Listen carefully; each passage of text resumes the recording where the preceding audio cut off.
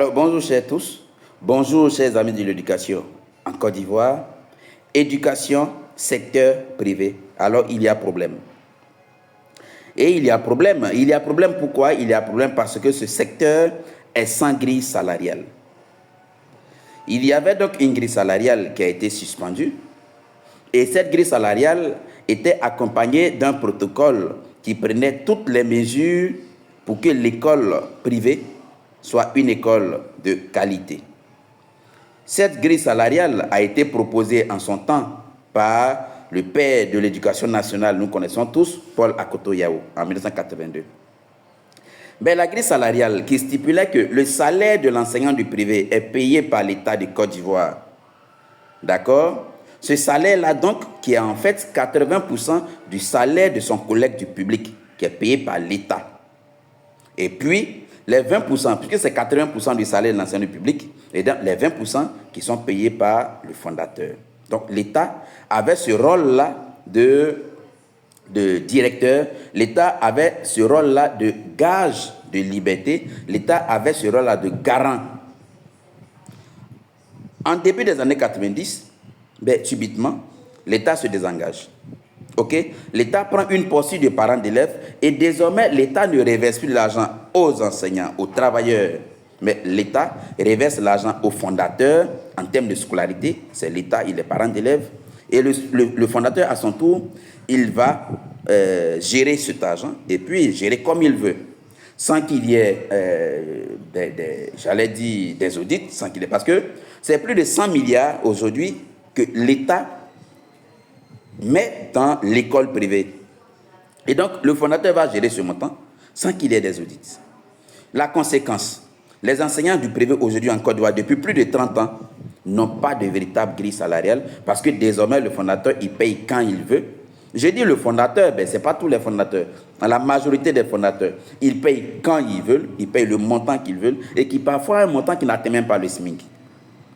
Et dans ce trouble-là, l'école ivoirienne va prendre un coup. La qualité de l'école ivoirienne va prendre un coup. Et nous le voyons aujourd'hui. Aujourd'hui, l'élève ivoirien a du mal à s'exprimer. Comme on le disait, un enfant de CM2, un élève de CM2 des années 80 s'exprime mieux qu'un élève de terminale des années 2020. Je vais dire de nos jours. Aujourd'hui, dans les classements internationaux, le système éducatif ivoirien vient parmi les derniers systèmes. Aujourd'hui, la fraude est grandissante dans notre système éducatif.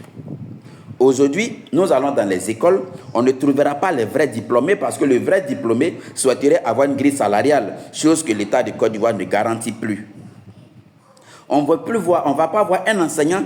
C'est rare ces enseignants qui viennent et qui ont le cœur d'enseigner pendant 1 an, 2 ans, 3 ans, 4 ans, 5 ans au privé, parce que l'enseignant, il devient vraiment enseignant, un meilleur enseignant, après au moins 2, 3 ans d'ancienneté. Aujourd'hui, on a ces enseignants que nous qualifions des enseignants en attendant. Aujourd'hui, on a des enseignants qui disent petit argent, petit travail. Aujourd'hui, on a ces enseignants qui, au lieu d'être formés pendant 2 ans, comme le fait l'ENS ou le CAFOP, sont formés en 1 semaine par une structure en griffe d'EEP. Aujourd'hui, on a ces enseignants qui sont là que juste pour avoir de l'argent pour faire un concours, pour partir. L'école ivoirienne est instable. Les travailleurs du privé sont instables. Le travail du privé aujourd'hui est un chômeur déguisé. Et donc, face à tous ces problèmes, vous serez étonné que l'enseignant du privé, dès le mois d'avril, il n'a plus de salaire. Mai, juin, juillet, août, septembre. Même en septembre, où la rentrée est censée commencer, le fondateur, il est libre dans la mesure où l'État s'est désengagé. Il commence en octobre, quand il veut, il paye quand il veut. Les salaires de 80 000. Et donc, c'est dans ce désordre-là. Les conséquences sur le plan social, c'est néfaste parce que les enseignants du privé aujourd'hui ressemblent à des clochards. Et tu vois un enseignant du privé déjà par son accoutrement, on sait que c'est un enseignant du privé. Par le type de maison qu'il habite, on sait que c'est un enseignant du privé. Aujourd'hui, l'enseignant du privé qui aujourd'hui ne peut même pas se loger, il n'est même pas déclaré à la CNPS, il ne peut pas soigner sa famille. Et aujourd'hui, c'est cette image-là. Ça fait plus de 30 ans. Nous décrions. Nous voulons féliciter le gouvernement qui, quand même, depuis 2022 jusqu'à aujourd'hui, a organisé 2 rencontres très importantes. La première rencontre en 2023 avec les syndicats Et puis, en 2025, donc le lundi dernier, avec une autre rencontre. Les enseignants du privé, le personnel, les éducateurs, les directeurs des études, les comptables, tous ceux qui interviennent dans le secteur privé, les instituteurs, à la maternelle, au primaire, tous ceux qui interviennent dans le secteur privé ont une seule préoccupation. Notre grille salariale, pourquoi ne pas faire revenir notre grille salariale? Pourquoi ne pas nous décrocher, comme cela a été le cas depuis 2001 en Côte d'Ivoire? Pourquoi des personnes font mainmise sur ce budget de l'État ivoirien qui est censé financer l'école ivoirienne? C'est dans ce cadre-là que les syndicats ont répondu à l'appel du ministère de l'Éducation nationale le lundi dernier, comme nous l'avons dit, pour poser ce problème-là, pour expliquer la souffrance des enseignants du privé, cette souffrance qui dure plus de 30 ans. Et donc, ce lundi 10 là passé, nous attendions tous la réaction du gouvernement. Est-ce que nous sommes un secteur privé et qu'il n'y a pas de grille salariale et que la convention obsolète de 1994, là, on va revoir? Ou alors nous allons respecter les textes qui disent qu'en Côte d'Ivoire, l'école est un service public concédé au privé, et dans ce contexte, nous ne sommes pas un secteur privé, et donc il est important d'actualiser notre grille salariale, qui est le protocole de 82, pour qu'aujourd'hui chaque enseignant du privé soit payé directement par l'État, pour qu'aujourd'hui chaque fondateur reçoive correctement ses subventions, pour que l'école se porte bien. Parce que au niveau des fondateurs aussi, il y a un problème. Quand certains fondateurs disent « Ah, on reçoit la subvention », mais il y a plein avec qui nous sommes en contact, qui disent non, qu'ils ne reçoivent pas correctement les subventions, qu'ils ne reçoivent pas les subventions en temps. Et donc, il y a problème. Et donc, c'est compte tenu de ces problèmes que nos syndicats ont rencontré, n'est-ce pas, le ministère de l'Éducation nationale. Nous étions très contents parce qu'enfin, face à nos douleurs, face à nos cris, le ministère allait répondre. Nous allons décrypter le communiqué final ensemble, le communiqué du ministère de l'Éducation nationale. Et là, comme vous le voyez, il suit directement sur la page du ministère de l'Éducation nationale. Et donc, éducation, dialogue MENA, syndicat des enseignants du privé. La ministre autant pour moi, Maria Toukonde. Il est désormais obligatoire pour tout établissement privé postulant à l'homologation de déclarer à la CNPS la totalité de son personnel permanent.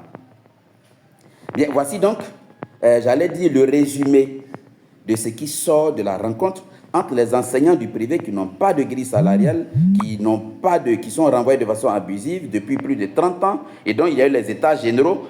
Bizarrement, les états généraux n'ont pas décelé cela. Et aujourd'hui, les syndicats sont là, on dit, bon, on s'adresse à qui là? On s'adresse aux fondateurs, comme si la rencontre avait lieu entre les fondateurs et l'État. Les enseignants sont là, ils ont faim. Les enseignants sont là, ils n'arrivent pas à vivre correctement. Et on dit, il faut déclarer les enseignants à la CNPS. On s'adresse là aux fondateurs d'école. Sachant que la déclaration à la CNPS, c'est un montant qu'on va défalquer sur le salaire de l'enseignant du privé. Le salaire pour lequel nous sommes allés voir le ministère, le salaire qui ne fait même pas l'objet des débats, mais on dit, bon, il faut payer il faut déclarer à la CNPS. C'est important d'avoir une couverture sociale. C'est important d'avoir une couverture sociale. Comme c'est l'intitulé, nous allons continuer pour voir si la question cruciale du salaire sera, n'est-ce pas, abordée dans le communiqué. Abidjan, le 10 février 2025. La ministre de l'Éducation nationale et de l'alphabétisation, professeure Maria Toukonde, a échangé avec les fêtières syndicales de l'enseignement privé, notamment l'Union des syndicats des écoles confessionnelles chrétiennes de Côte d'Ivoire et le syndicat national des établissements privés laïcs Cinéplacie, représentés respectivement par Ndri Dadi Hervé et Kamara Omar. Vous voyez, là, les établissements chrétiens et les établissements laïcs. Mais à côté, il y a les établissements islamiques. À côté, il y a les écoles franco-arabes qui sont aussi du système éducatif. Et voici un secteur qui a été totalement oublié. 15 000. Là, une école qui m'appelle dont les membres se sont réunis qui m'appellent, mais voilà, on est payé à 25 000, on est payé à 15 000 francs comme salaire, des instituteurs qui ont 15 000, parce que c'est une école franco-arabe. Mais est-ce qu'une école franco-arabe n'est pas du système éducatif ivoirien? Pourquoi avoir scindé le système éducatif ivoirien? On fait le même enseignement, mais pourquoi chrétien? Pourquoi laïque? Pourquoi islamique? Mais non, l'école, c'est l'école. Il faudrait que l'État prenne ses engagements, de s'occuper de l'école. Dans les découpages, d'accord, mais dans le traitement, nous pensons qu'il ne doit pas avoir de différence. Quand l'instituteur des écoles catholiques enseigne leur A là, c'est la même chose que l'instituteur de franco-arabe enseigne. Mais quand nous présentons les enfants à l'entrée en 6e, mais c'est les mêmes élèves qui sortent des mêmes écoles qu'on présente à l'entrée en 6e. Donc il est important qu'on se ressaisisse. Il est important qu'on fasse de l'éducation nationale une même famille et que les traitements ne soient pas aussi disparates. Bien, nous continuons donc le communiqué, sinon le compte rendu. Cette rencontre qui s'est tenue dans la salle de conférence du ministère de l'Éducation nationale et de l'alphabétisation s'inscrit dans la dynamique de dialogue impulsée par la ministre Maria Toukone dès sa prise de fonction. Vous allez dire, dès sa prise de fonction, il y a les états généraux dont on a été royalement oublié. Pourtant, nous détenons plus de 70% du système éducatif ivoirien. Madame la ministre, vous avez bien commencé. Il est important de vraiment prendre le problème du privé à bras le corps. Ce n'est pas à négliger. Ce n'est pas une petite histoire, c'est une très grande histoire. C'est une grosse histoire parce que quand tout le système, les 70%, sont dans cet état, il n'y a pas lieu de traîner, il n'y a pas lieu de ne pas en faire une urgence. Il n'y a pas lieu de dire après, parce que les examens vont se dérouler. Vous allez encore attraper des fraudeurs. On ne justifie pas la fraude. Mais quand un enseignant n'a pas de salaire pendant 9 mois et qu'on lui prive de salaire, de salaire pendant les vacances et que pendant les surveillances des examens aussi, il n'a pas de prime, ben, l'exposition, elle est grande. Alors, saluons la proximité de la ministre. Les échanges qui ont porté sur plusieurs points essentiels ont permis aux organisations syndicales de l'enseignement privé d'exprimer leurs préoccupations et de solliciter le soutien de la ministre. Laquelle des préoccupations? La préoccupation de la CNPS. Malheureusement, c'est seulement la préoccupation de la déclaration de la CNPS qui a été évoquée dans le communiqué ici. Se félicitant de la tenue de cette rencontre, la ministre a relevé plusieurs mots qui minent l'enseignement privé et impactent directement la qualité de l'enseignement et l'avenir des élèves. Ça, sur ce point, nous sommes entièrement d'accord. Notamment l'absence volontaire de certains enseignants du privé aux formations organisées par les antennes pédagogiques. Bon, là, il y a problème. Il y a certains de nos collègues qui nous appelaient quant aux formations PENAPAS, pendant que les enseignants du public percevaient des primes pour la formation, les enseignants du privé ne perçoivent rien. On leur dit que c'est le fondateur qui doit payer. Pourtant, nous payons chaque mois des cotisations à une structure, tout sur nos salaires, des cotisations. Les fondateurs paient des cotisations pour nos formations. Mais pourquoi cet argent ne sert pas à payer les primes de formation? On était en congé en décembre. On va en congé, généralement autour du 20 décembre. Les fondateurs ne payent pas les salaires des enseignants en décembre. Donc, ils n'ont pas l'argent. C'est quel argent? Pendant les congés de décembre, ou peut-être ils vont se débrouiller ailleurs parce que plein d'enseignants se reconvertissent pour pouvoir suivre. Au lieu de prendre le temps de se consacrer à la formation, ils sont obligés, pour une question de suivi, de se reconvertir. Mais pendant que le monsieur va se reconvertir pour pouvoir assurer des fêtes de fin d'année à sa famille, vous lui demandez d'aller faire une formation, et une formation qui n'est pas payée pendant que son collègue du public est payé. Quelle formation organisée par les antennes? Nous ne partons pas. Et généralement, on dit, bon, voilà, il y a une formation organisée par les antennes, mais je n'ai même pas de salaire. Donc, il y a certains temps où moi-même, je dois me débrouiller. Je suis double fonctionnaire, c'est-à-dire je suis enseignant, mais je dois faire autre chose pour pouvoir assurer le minimum, ne serait-ce que le loyer, la nourriture. Mais quel temps? Quel temps? Donc, Madame la ministre, comprenez que si des formations ne voient pas la participation active des enseignants du privé, c'est parce que nous, les enseignants du privé, on est royalement oubliés. Dans toutes vos instances, nous sommes oubliés. Mais quand il s'agit d'organiser des formations pour dire « Ah, l'école travaille », on nous appelle. Quand il faut organiser des examens blancs, on nous appelle. Dans des groupes UP, les écoles aussi, composer des sujets, venez surveiller, on nous appelle. Pour le travail, on nous appelle. Mais nous n'avons pas de conditions de situation salariale.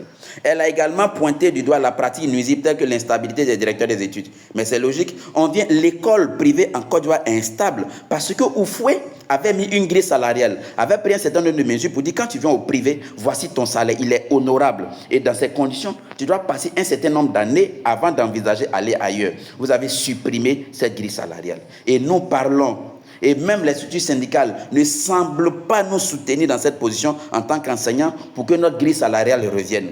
Quand vous avez mis une convention qui a donné cette liberté au fondateur, quand vous avez mis une convention qui a donné cette liberté-là où le fondateur fait la loi et que l'école est aujourd'hui en décadence, mais quand on prend une mesure, quand on prend un décret, c'est pour améliorer les choses. Mais quand un décret plonge l'école ivoirienne dans le noir, ça veut dire que le décret est à revoir. Mais nous interpellons l'instabilité des directeurs des études, l'instabilité même des enseignants. Elle n'a pas ajouté, mais les enseignants sont instables. Aujourd'hui, nous avons fait, nous, en tant qu'enseignants du privé, nous sommes organisés, nous avons fait un recensement en 2022. Aujourd'hui, en 2025, nous rappelons ces mêmes enseignants, plus de 80% ne sont plus là, ils sont partis. Et donc, on est en perpétuel recommencement. Et c'est des étudiants qu'on appelle parce que le salaire conventionnel dérisoire non respecté n'arrange aucun vrai diplômé. Quelqu'un ne peut pas rester dans l'enseignement privé, faire 1 an, 2 ans, 3 ans, et puis toujours se va payer 100 000, 120 000, à l'heure où la maison même coûte 150 000 francs. Parce que les gens refusent d'appliquer tout simplement la grille salariale. Attribution arbitraire des notes, ben voilà, c'est les conséquences.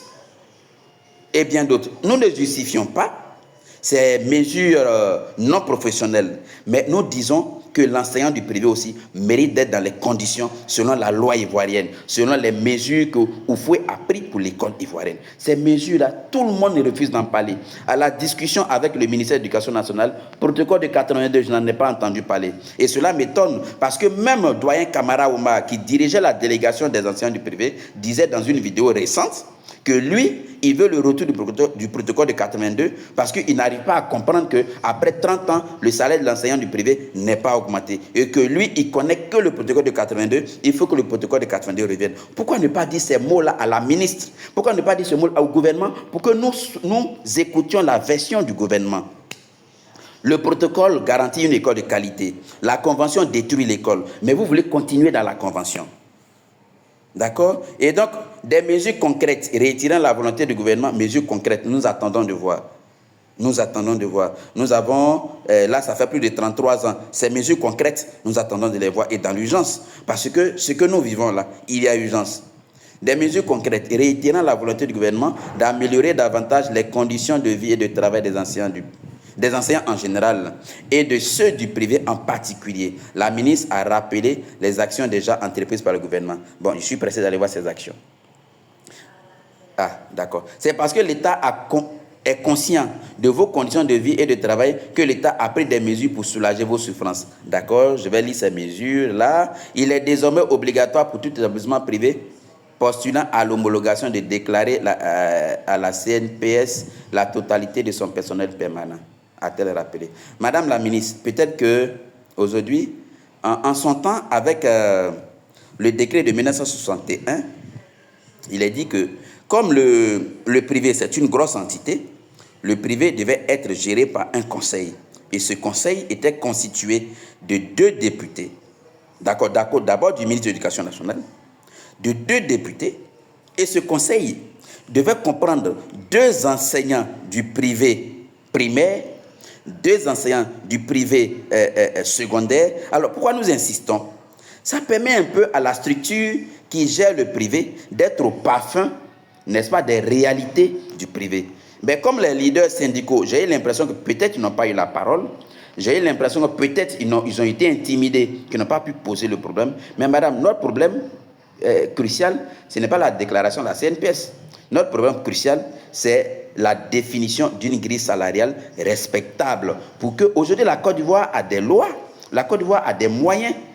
Un fondateur, qui est-il? Pour qu'un pays prenne une décision, prenne un décret, et le fondateur, il ne respecte pas, et puis on ne fait rien. C'est là le vrai problème. Le décret, le protocole de 82, Kofi Yeboah en 2001 a écrit au fondateur pour dire, écoutez, le décrochage a eu lieu en 2001, et là, les enseignants du privé sont décrochés, les enseignants du public sont décrochés. Nous attendons le décrochage aussi des enseignants du privé. Le décrochage, donc le retour au protocole de 82, qui est notre grille salariale honorable qui garantit une qualité de l'éducation. Les fondateurs ont répondu pour dire l'État doit la spéciale d'évaluation, il faut que l'État paye la spéciale d'évaluation. C'est combien? 200 millions. La Côte d'Ivoire est-elle à 200 millions près pour le paiement d'un montant de 200 millions, on plonge tout le secteur privé, 70% de l'école, dans une telle crise? Mais le montant, c'était 3 milliards. Mais sur les 3 milliards, il reste 200 millions. 3 milliards, c'est 3 000 millions. Donc sur 3 000 millions, sur 3 000, il reste 200. Mais pourquoi ne pas retourner au protocole et payer les 200 millions petit à petit? Dans le communiqué, j'ai vu quelque part qu'il fallait... Bon, je vais continuer la lecture. Par ailleurs, d'autres mesures ont été mises en place. Bon, moi, je n'ai pas vu de mesures. Je n'ai entendu que la déclaration de la CNPS, qui n'est même pas notre mesure urgente. J'ai entendu de son personnel permanent. La ministre, Madame la ministre, vous ne savez peut-être pas, il y a plein d'écoles à Abidjan ici qui n'ont même pas de permanent. Ils prennent les enseignants, ils ne font même pas signer de contrat. Ils font 2 ans, ils libèrent les enseignants. Ils prennent d'autres enseignants, ils font 2 ans, ils les libèrent. Aujourd'hui, plein d'écoles, la quasi-totalité des écoles fonctionnent avec comment ils appellent, des vacataires, une notion inventée qui n'existe même pas. Peut-être que les représentants syndicaux ne vous ont pas donné toutes les informations. Peut-être que la structure, la DEP, qui est censée diriger, gérer le privé, ne vous donne pas les informations. En son temps, nous avions été reçus par la directrice de la DEP qui disait que la ministre nous demande de vous recevoir. Nous avons donné les nouvelles à la directrice, certainement qu'elle ne vous a pas transmis les informations. La DEP aujourd'hui, qui au lieu d'être constituée de travailleurs du privé pour être au parfum des réalités du privé, la DEP ne comprend que des fonctionnaires du public qui n'ont aucune réalité, qui n'ont aucune visibilité sur l'enseignement privé. Les problèmes là, c'est sérieux, les problèmes sont urgents. Et quand je lis le communiqué, je me dis qu'il y a un manque d'informations. Parce que le gouvernement Alassane Ouattara est un gouvernement, nous le savons bien, depuis 2011, est un gouvernement qui travaille de façon sérieuse. Les preuves sont là, les infrastructures. Mais l'école, nous demandons au président de la République de jeter un regard sur l'école. Par ailleurs, d'autres mesures ont été mises en place, notamment l'intégration du critère salarial dans l'évaluation et l'agrément des établissements privés. Bon, les établissements privés qui poussent comme des champignons.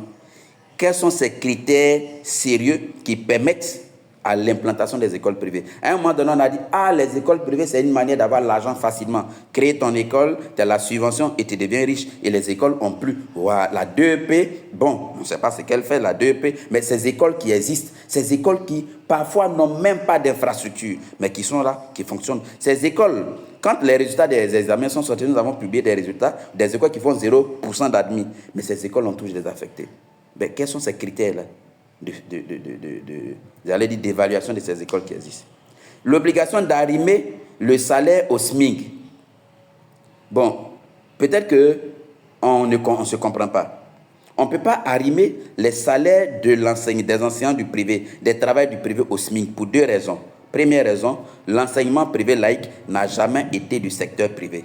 Prenez la liste des entreprises interprofessionnelles. Depuis 1977 jusqu'en 2000, parce que j'ai vu pour 77, j'ai vu pour 2015, jusqu'en 2015, où est-ce que figure l'enseignement privé laïque? Nulle part. L'enseignement privé confessionnel? Nulle part. Mais non, on ne va pas être arrimé au SMIC parce qu'on n'est pas du privé.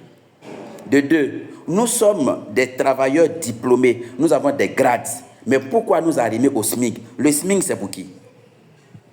Donc, regardez comment on veut bâcler l'école ivoirienne. Madame la ministre, s'il vous plaît, mandatez vos différentes structures.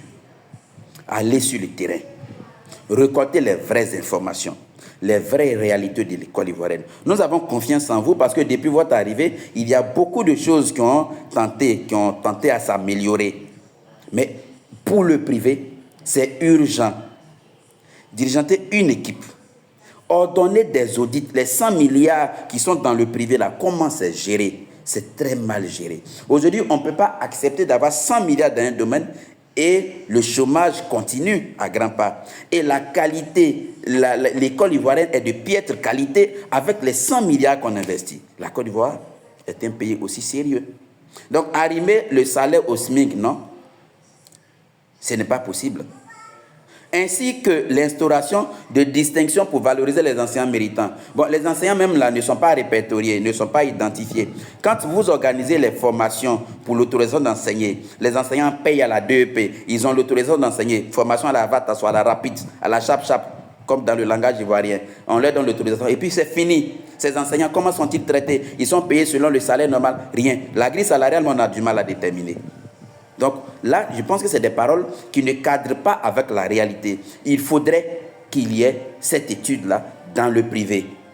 Et les travailleurs du privé doivent prendre une part active dans cette étude parce que vous êtes totalement déconnecté des réalités du privé. Du public, oui, mais du privé, totalement déconnecté.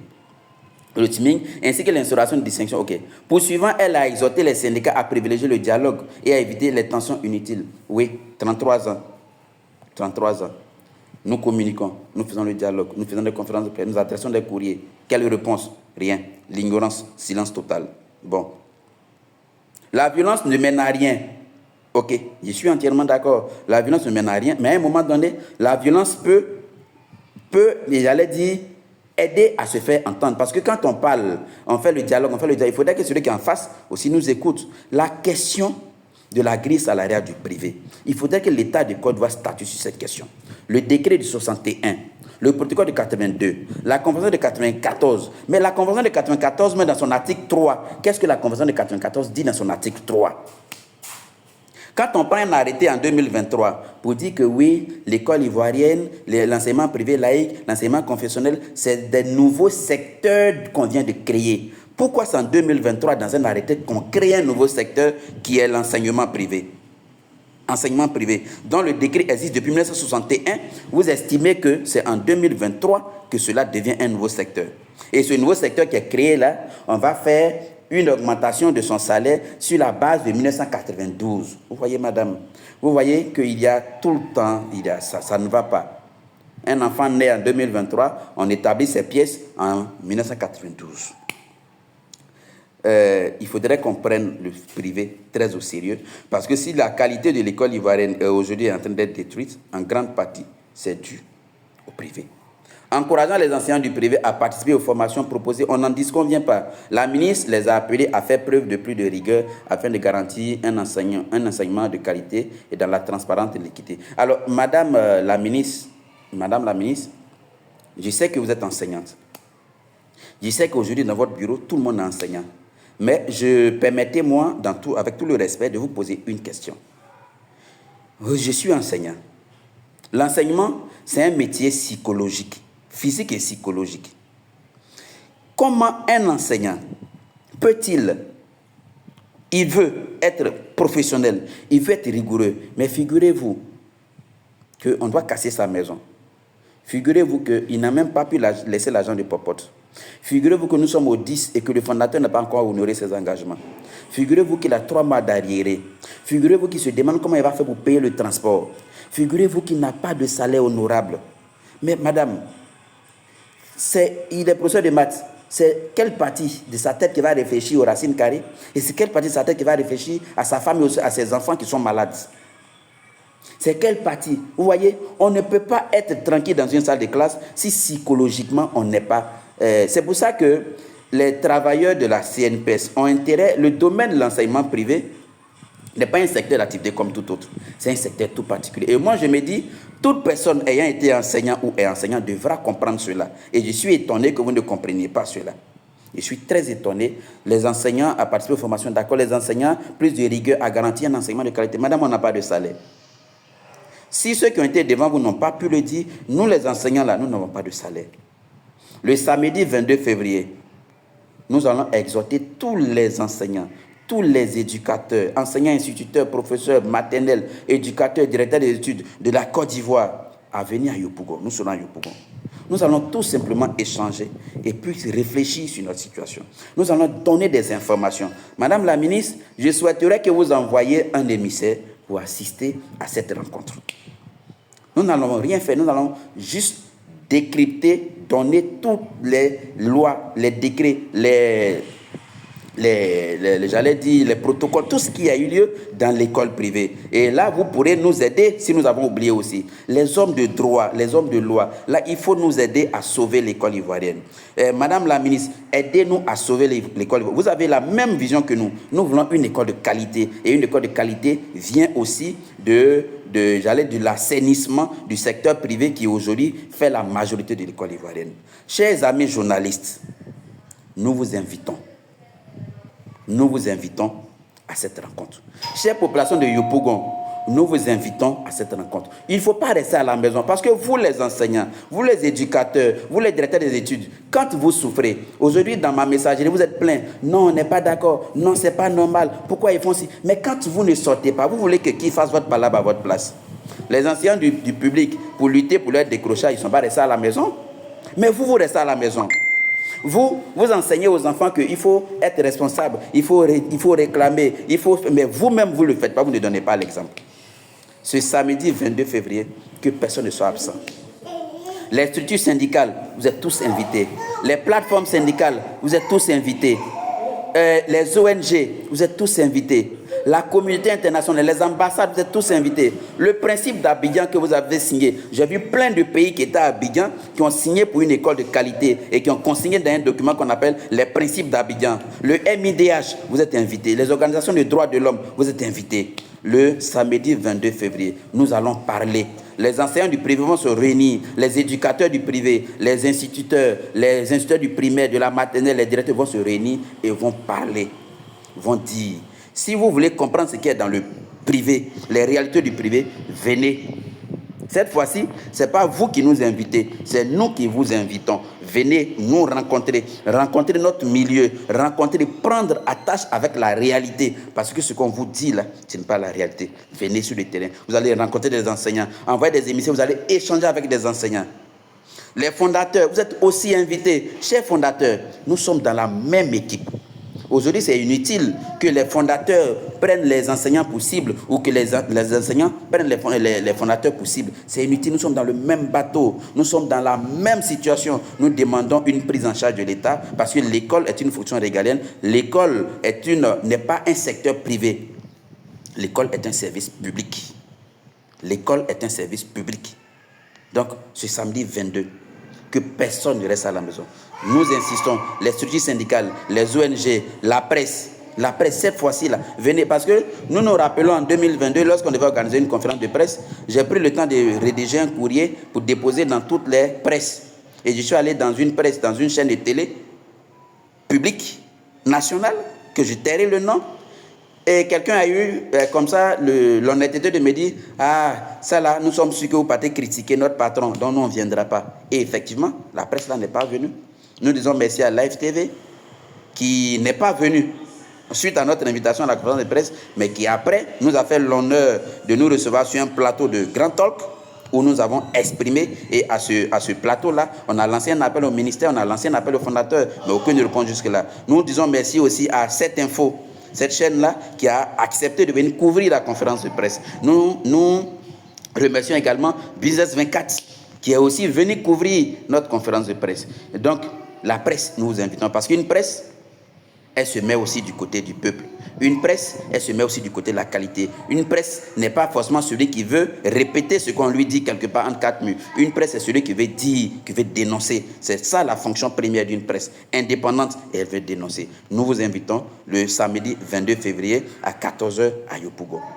07 08 52 02 33. Sur nos différentes pages, vous trouverez des informations et d'autres numéros pour que vous puissiez avoir toutes les informations concernant cette rencontre. Merci infiniment, grand merci au chef de l'État qui fait tout pour la qualité dans ce pays. Grand merci à la ministre Mariatou Kone qui, depuis son arrivée à la tête de ce ministère, a quand même changé beaucoup de choses. Il y a eu beaucoup d'évolutions, mais nous disons qu'au niveau du privé, rien n'a été fait et nous estimons que si rien n'a été fait, c'est par manque d'information. Donc il faut tout simplement déléguer cette équipe pour venir rencontrer les enseignants du privé. Nous sommes ouverts en tant qu'enseignants du privé à collaborer, à donner toutes les informations. Nous sommes ouverts en tant que qu'ensemble des travailleurs, directeurs des études, à collaborer directement avec vous. Parce qu'aujourd'hui, il est important d'échanger directement avec nous que de vouloir inviter des syndicats chez vous, une personne par syndicat. Et puis bon, finalement, est-ce qu'ils pourront traduire les aspirations de tous les enseignants?